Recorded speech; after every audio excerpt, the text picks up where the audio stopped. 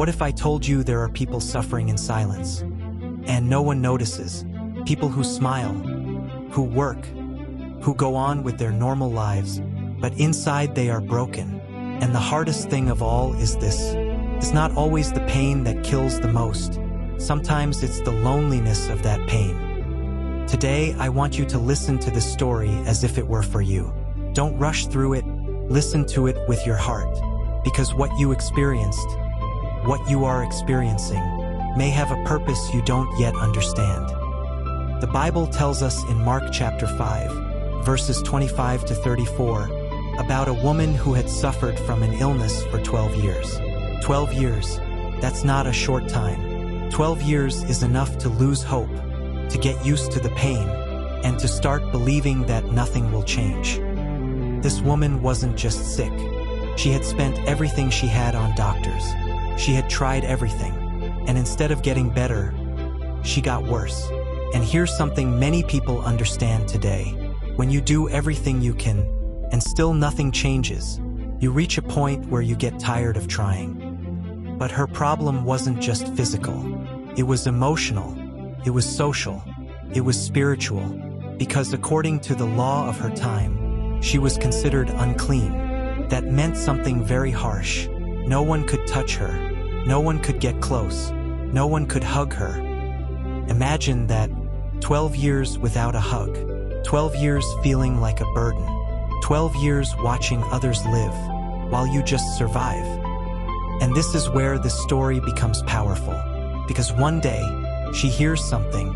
She hears that Jesus is passing by. And at that moment, something inside her awakens. Faith isn't always born from seeing something. Faith is born from hearing something that touches your soul. And she hears that there is someone who heals, who restores, who doesn't reject. And then she makes a decision that changes everything. She decides to get up. She decides to move forward. She decides not to stay the same. But there was a problem. There was a crowd. There was rejection. There was fear.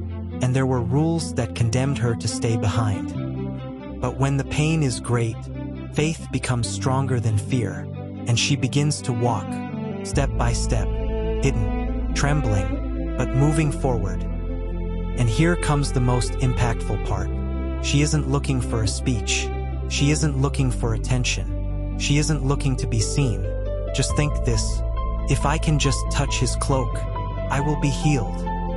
And in the midst of the crowd, she does it. She touches him. And in that instant, everything changes. And Jesus stops and asks, "Who touched me?" Not because he didn't know, but because that touch wasn't ordinary. It was faith. It was desperation. It was living hope.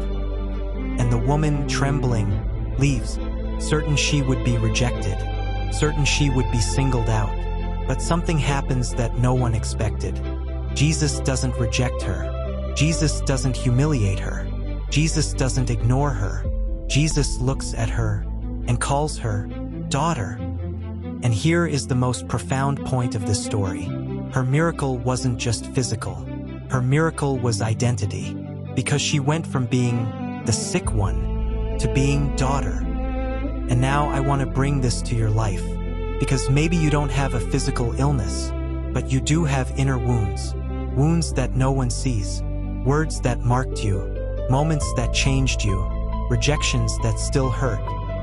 And maybe you've thought, I can't take it anymore. I've tried everything. There's no turning back for me. But this story reminds you of something. God isn't finished with you, even if you feel like He is. Because some people are so used to pain that they think living like this is normal. But it isn't. Pain is not your destiny. It's part of your story, not the end of your life. And here's something important. Many people hurt others because they've been hurt. Many inflict pain because they never healed.